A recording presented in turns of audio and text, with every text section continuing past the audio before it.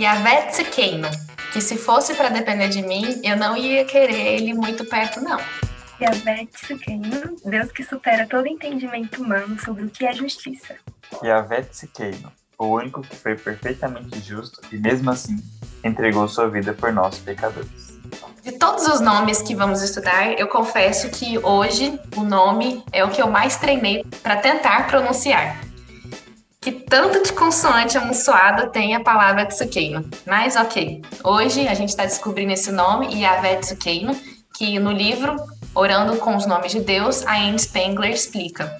Para falar do Senhor, nossa justiça, nada mais justo que chamar pelo menos mais 2 pessoas para me ajudar. Oi, Gabriela. Oi, Vitor.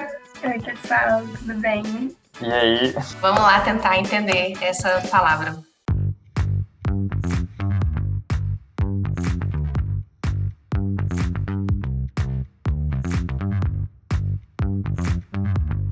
A palavra hebraica tzedkeh é traduzida normalmente como justiça, mas também pode ser traduzida como justo, honesto, reto, preciso, verdade ou integridade. A justiça envolve principalmente estar em uma boa posição para com Deus. Como tal, ela diz respeito ao cumprimento da exigência do relacionamento com Deus e também com os outros. Embora seja fácil achar alguém justo só pelas ações, Jesus enfatiza que justiça também diz respeito a pensamentos, motivações e desejos. O objetivo não é apenas fazer o que Deus diz, mas se tornar-se como Ele. A gente já discutiu algumas vezes sobre justiça aqui no Observatório, então a gente vai ser bem pontual nas questões aqui. Mas você ouvinte, se você tem interesse sobre esse assunto, eu sugiro que vocês escutem 2 episódios, o da engrenagem da inveja e o da engrenagem da vingança. Podem acessar lá e aproveitar. Mas então já vamos aqui às perguntas. Na lata, gente, se Deus é justo, por que os justos, os cristãos, sofrem? Para começar isso, a gente tem que entender que a fidelidade de Deus não é garantia de uma vida sem sofrimento. E um bom exemplo disso é Jó, né? Porque é um homem justo que sofreu tudo que tinha para sofrer também. E, inclusive, tem um versículo em Jó, que é Jó 2:10, que fala assim: se recebemos de Deus as coisas boas, por que não vamos acertar também as desgraças? Então, é porque faz parte da vida do cristão também enfrentar o sofrimento. E eu creio que o principal motivo disso é o preço do pecado, né? Que a gente vem carregando desde Adão e Eva, e a gente vai continuar até que a gente, enfim, conheça o dia da justiça que veja a glória. E também porque tem as provações, que elas nos fortalecem e nos aproximam de Cristo. Então faz parte do propósito de Deus, às vezes que sofremos, mas não que Ele se agrade com o nosso sofrimento. Top. Jó é um exemplo massa para isso mesmo. Eu também separei Jó para falar, exemplo clássico disso, mas ele aparece em um versículo de Ezequiel 14:14, que cita mais 2 nomes. Ele cita Jó, Noé e Daniel, como sendo exemplo de justiça. E a gente lembra muito bem que Jó sofreu bastante, Noé também, no seu tempo, o pessoal ficava fazendo chacota por causa da arca, que não ia dar certo, e ele era um homem justo e bom. E Daniel também sofreu lá no cativeiro da Babilônia, que foi jogado nas covas dos leões, mas mesmo assim Deus salvou ele. Mas de qualquer jeito, mesmo se não tivesse salvado, ele iria para o céu, que é a nossa recompensa. Nesse mundo, a gente vai sofrer. Versículo bom, João 16:33, que Jesus fala: estas coisas vos tenho dito para que tenhais paz em mim. No mundo passais por aflições, mas tende bom ânimo, eu venci o mundo. Então, Jesus já venceu o mundo. E a gente não tem o que temer nesse mundo, porque esse mundo há de passar. Observando esses personagens da Bíblia, como os que eu já citei, também Jesus na cruz e no Getsêmani, o tanto que ele sofre por carregar todos os pecados. E ele mesmo que é o Yavé Tzidkeinu, que é o Senhor da nossa justiça. Mas o que a gente observa é que Deus não se importa tanto com o nosso prazer, mas sim com a nossa fé, permanecendo firme e não com o nosso prazer, que já vamos receber ele no fim dos tempos. concordo com o Vitor, e tem um versículo também, em Romanos 8,18, que fala assim, que o que sofremos durante a nossa vida não pode ser comparado de modo nenhum com a glória que nos será revelada no futuro. Eu acho que é bem isso, que aqui a gente é aprovado, mas só para nos fortalecer e aproximar de Deus, mas que isso não pode nos abalar, porque no futuro a gente vai ver a glória e desfrutar do prazer do gozo eterno. É importante a gente ressaltar isso que vocês falaram, porque é uma constante dúvida na cabeça das pessoas. Inclusive, tem muita gente que se desvia da fé por acreditar mais nessa incoerência. Muita gente se desvia da fé porque vê pessoas sofrendo. Às vezes nem um sofrimento próprio, né? Às vezes vê o mundo em sofrimento, em maldade, e por isso já concluem de cara de que Deus não existe. Mas o que a gente vê com essa pancada de exemplos que vocês deram aqui, né? Jó é o maior de todos, mas aquele versículo que você citou, que cita Daniel e Noé, foi muito certeiro nisso, mostra que uma coisa não está muito bem vinculada com a outra, né? Deus, ele age de uma forma muito superior a isso. Então, quando a gente pensa em Jó, a gente pega um cara que ele se conhecia como justo, ele era reconhecido pelas pessoas como justo, sofreu pra caramba, e no fim das contas, ele entendeu que ele era muito pequeno. Por quê? Porque faltava essa proximidade com Deus. Quando ele tentou julgar a Deus, falando que ele estava fazendo coisas erradas, Deus falou assim, peraí, você vai falar que eu sou injusto aqui? E aí ele entendeu qual é a grandiosidade de Deus. Mas se você for entender, então, Noé e Daniel, que também eram pessoas que foram utilizadas por Deus por serem justas, né? Daniel, no meio do povo babilônico, ele era um daqueles 4 que se manteve puro. Existe pessoa mais justa naquele momento? Não. E Noé também. Deus estava querendo acabar com o povo inteiro e só salvava um, Noé. Também era um homem justo no meio do seu povo. E em meio a tanta injustiça, eles viram Deus como justo. Em meio a tanta injustiça no mundo mesmo, eles conseguiram ver que Deus era justo. Por isso que não está relacionado uma coisa com a outra, porque o mundo é injusto e não tem nada a ver Deus nessa história, porque Deus é justo e você consegue ver Deus na sua justiça, mesmo a gente praticando a nossa injustiça. Foi um ótimo exemplo, esses 3 personagens. Na bem-aventurança de Jesus, já mudando um pouquinho outro momento da história, né? Nas bem-aventuranças de Jesus tem um versículo fantástico. Ele fala assim, bem-aventurado os que têm fome e sede de justiça, pois eles serão fartos. Está lá em Mateus 5,6. Então, a minha primeira pergunta em relação a esse versículo para vocês é que, na sinceridade, gente, tá? Fala a verdade. O que vocês pensam quando vocês leem esse versículo? Eu acho que quando você fica preso na sua razão humana, você não vai conseguir entender esse versículo, porque na nossa razão humana a gente vê a justiça como ações e cumprimento dos nossos direitos, e aqui a gente nunca vai ser saciado disso. Mesmo que você seja a maior pessoa do mundo, você nunca vai ter a sua justiça aqui na Terra. A gente tem que realmente entender que a nossa justiça é Cristo, e por Ele ter se sacrificado para que nós possamos ser justos. Então eu entendo esse versículo que a gente tem que ter fome e sede do sacrifício no caso de Jesus. E espiritualmente quem nos alimenta é Jesus. Então se a gente tem fome e sede dele, não tem dúvida que ele vai nos saciar, que a gente vai conseguir ficar repletos e com isso ficar em paz. Mesmo num mundo injusto, teremos a nossa saciamento de justiça. Eu vou ser bem sincera com vocês. A primeira vez que eu li esse versículo, e a segunda, e a terceira, e a quarta, e até hoje, quando eu leio, assim, a primeira sensação que eu tenho do versículo é Deus é o Deus da vingança e vai sair fazendo justiça com todas as pessoas ruins. É aquele sentimento revolucionário, sabe? E eu vou ser farta, eu vou me sentir satisfeita com Deus praticando a sua justiça. Eu já vi muita gente falando nesse sentido. Então, é realmente uma falta de entendimento, igual a Gabriela falou, né? Igual a Gabi falou, é uma falta de entendimento do que é a justiça de Deus, que não é a nossa justiça. E a gente vai ser farto não é porque Deus vai praticar a justiça com outras pessoas, é porque Ele vai praticar com a gente, né?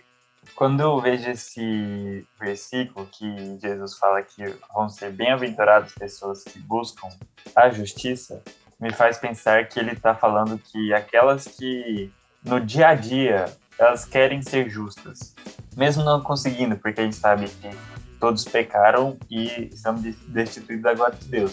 Mas Jesus veio para acabar com isso e nos unir a Deus, romper o véu. Então, o que ele está querendo dizer, na minha opinião, que nós temos que buscar ser justos como Jesus foi, o Senhor nossa justiça.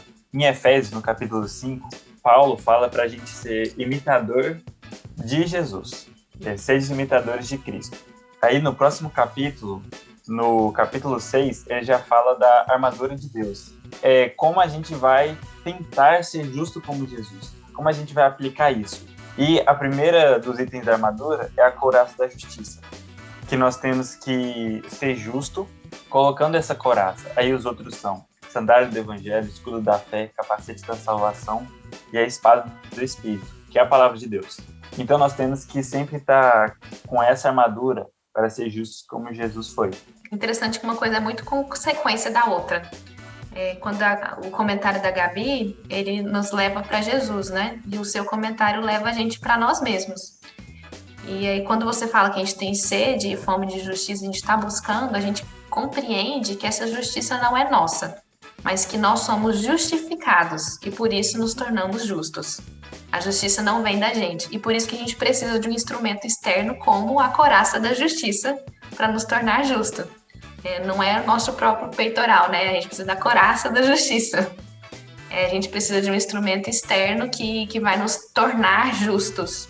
Mas aí tudo se conecta com o quê? Com o que a Gabriela falou. Por meio de Jesus nós nos tornamos justos, por meio de Jesus nós podemos nos tornar justificados. Nós somos justificados. E aí, por isso que esse versículo ele ganha outro sentido. Bem-aventurados que têm fome e sede de justiça, porque eles serão fartos. Por que eles serão fartos? A Gabi falou, Jesus. Mas antes de mais nada, a gente tem que ter a fome e sede de justiça para que a gente não só alcance a justiça, como a gente também se torne justo. Ok, a gente já chegou num ponto interessante aqui. A gente já sabe, então, que Jesus é quem é justo e nos transforma em pessoas justas. A gente sabe que é através da cruz. E aí vem 1 Pedro 2, 24a. Ele diz assim, levou ele mesmo em seu corpo os nossos pecados sobre o madeireiro, que é a cruz, para que nós mortos para o pecado, pudéssemos viver para a justiça. E aí entra uma grande contradição. Eu lembro, eu era criança e eu fiquei altas horas conversando com uma amiga minha sobre isso daqui. Onde é que está a justiça de um inocente, Jesus? Eu não tô reclamando, tá? Fui salva por causa disso. Mas onde é que está a justiça aqui de um inocente, não pecou nada, ele vai para o madeireiro e um pecador, que somos nós, dignos de nada, viver para a justiça? Onde é que está a justiça nisso? Então, como eu tinha falado no início, a justiça de Deus é muito superior ao que a gente, como humanos, pode só entender. E a psique é muito superior a tudo isso. E para nós parece muito injusto, sim, realmente concordo. Eu também tinha muita essa dúvida. Tipo, nossa, por que Deus morreu? Mas Jesus morreu, ele não precisava disso, etc. Mas no próprio livro a autora falou que Deus tomou para si o peso da luta contra o mal, porque nós, pecadores, não iríamos conseguir vencer o pecado sem a ajuda dele. E aí, sem isso, a criação ia ser inútil, ia continuar no mal, no pecado, e nós nunca ia conseguir absorver a punição do pecado. A gente ia continuar vivendo aqui por anos e anos, sem que o perdão fosse implementado, sem que a justiça chegasse. Então, Deus nos restaura permanentemente junto a ele, entregando o filho dele para que ele pudesse absorver o peso da justiça, porque sem Deus não haveria justiça, sem Jesus nos justificar, não haveria justiça para nós humanos. Então, embora pareça injusto, foi um ato que aconteceu para que a justiça chegasse a nós, não continuar para sempre injusto. Uhum. Então, complementando essa ideia que a Gabi falou, de que a justiça de Deus ela é muito complexa. Aí eu separei o versículo aqui, que fala assim, João 1, né? No princípio era o verbo, e o verbo estava com Deus, e o verbo era Deus. Ele estava no princípio com Deus. Todas as coisas foram feitas por intermédio dele, e sem ele, nada que foi feito se fez. E esse verbo aqui era Jesus, que João estava falando. Então, tipo, se todas as coisas são feitas por intermédio dele, a justiça é uma dessas coisas. Então, Jesus é o próprio Criador da justiça. Então, quem melhor do que o próprio Criador da justiça para aplicá-la da maneira correta? Então, eu acho que quando Jesus morre por nós, ele não está apenas fazendo um ato que, para os olhos humanos, parece ser injusto, mas para os olhos divinos, era uma justiça que teria que ser feita para que a gente fosse salvo. Porque se não escorresse o sangue de Jesus, o Cordeiro perfeito, a gente não ia ser perdoado dos nossos pecados. E outra coisa, por ser um ato tão que aparenta ser injusto, isso mostra o tamanho do amor de Deus que tem pela gente. Que o amor de Deus ele é infinito. Como que ele faz esse ato tão aparentemente injusto para salvar nós, meros pecadores? Isso demonstra a graça infinita de Deus. Sabendo disso, sabendo que Jesus fez um ato tão amoroso por nós, Paulo fala em Gálatas 2, 19 a 20. Porque eu, mediante a própria lei, morri para a lei, a fim de viver para Cristo. Estou crucificado com Cristo. Logo, já não sou eu quem vive, mas Cristo vive em mim. E esse viver que tenho na carne, vivo pela fé no Filho de Deus, que se amou e a si mesmo se entregou por mim. Paulo entendeu o sacrifício de Jesus, e ele percebeu tanto que esse sacrifício foi benéfico, que a vida dele se tornou viver para Cristo. E isso que nós temos que implementar para as nossas vidas. Nossa, eu acho que o nosso olhar de ver injusto é quando a gente tira isso que você falou. A gente tira o outro caráter de Deus, que não é a justiça, é a sua graça, é o seu amor. E aí Deus, quando ele juntou a sua justiça com a sua graça, com o seu amor, ele não podia só praticar a justiça mandando a gente pro inferno e pronto, acabou. Porque isso seria o justo, né? Seria completamente justo. E, inclusive, ele não estaria mostrando ódio com isso. Que normalmente a gente associa, né? Não, contrário de amor, ódio. Ele não estaria mostrando ódio, é só a consequência, fazer o quê? Mas não, ele tem também essa outra característica, que é o amor e a graça. E por isso que essa aparente injustiça, como vocês explicaram, não é injusto. Muito pelo contrário. Ele criou uma estratégia na qual se tornaria justo nós, pecadores, termos acesso a ele. Tem uma parte interessante no livro que a gente leu, que ela fala sobre Abraão. Quando Abraão estava seguindo caminhada, ele não sabia para onde ia, mas ele sabia que ele seria o pai de grandes nações. Deus, em diversos momentos, apareceu para Abraão, né? E em um dos determinados momentos, está lá em Gênesis 15, ele pede para que Abraão fizesse um sacrifício. Então ele pega alguns animais, faz lá o seu sacrifício, reparte no meio, menos uma pomba, que ele deixa a pomba inteira, mas ele deixa lá. E lá ele ergue então esse momento que seria um altar para Deus. E aí ele fica espantando os urubus que estão tentando passar lá, né, para poder desfazer o sacrifício dele, mas chega numa determinada hora que ele cai no sono, e aí Deus fala com ele através desse sacrifício. E aí o que acontece? Depois que revela, né, que Deus reafirma de novo que ele vai ser o pai de grandes nações, das contas, ele firma um contrato com Abraão. E aí nesse momento passa um grande vendaval, né, que passa e consome aquele sacrifício. E aí até então esse texto para mim era muito bonito no sentido de que Deus aceitou o sacrifício de Abraão e lá novamente estava cumprindo o seu trato com Abraão, de que dele sairia a salvação para todos os povos do mundo. E aí ele consome esse sacrifício porque realmente Abraão estava entregando a vida dele e se sacrificando, né, querendo se expor, dando esse sacrifício para Deus. E ele estava se voluntariando para essa atividade, Deus aceitou e usaria ele. Para mim, até esse dado momento era isso. Mas a Anne, ela traz um outro dado cultural que eu achei o máximo que vai conseguir explicar um pouco melhor por que não é injusto.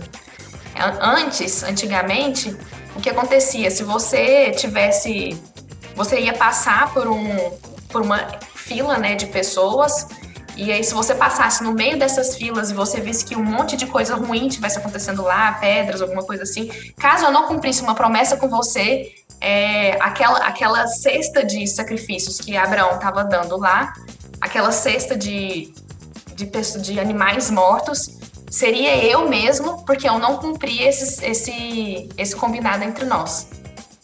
E aí o que acontece? Ele então faz esse combinado com Abraão. Quando ele passa no meio dessa fila, ele fez esse combinado. Olha, se não acontecer da forma como a gente está combinando aqui agora, vai se tornar isso daqui, ou seja, morto, de uma forma trágica, com o urubu tentando te comer. É o pior jeito de morto que pode existir, podre.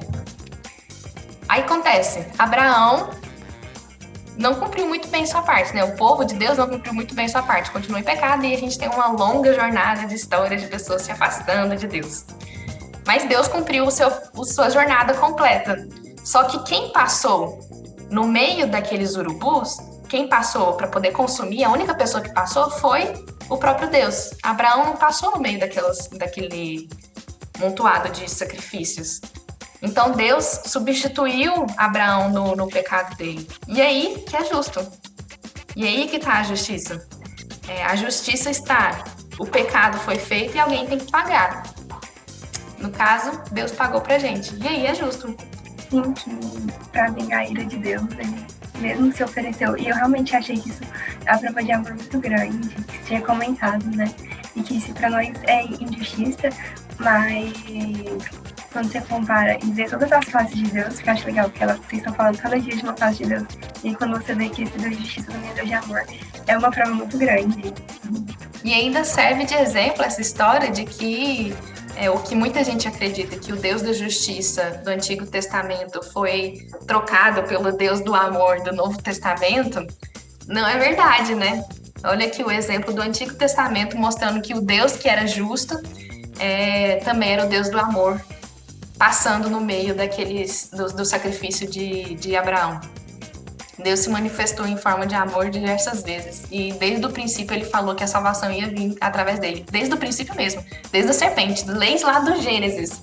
Em que quem ia pisar na serpente era o filho da mulher, né? Que é Jesus.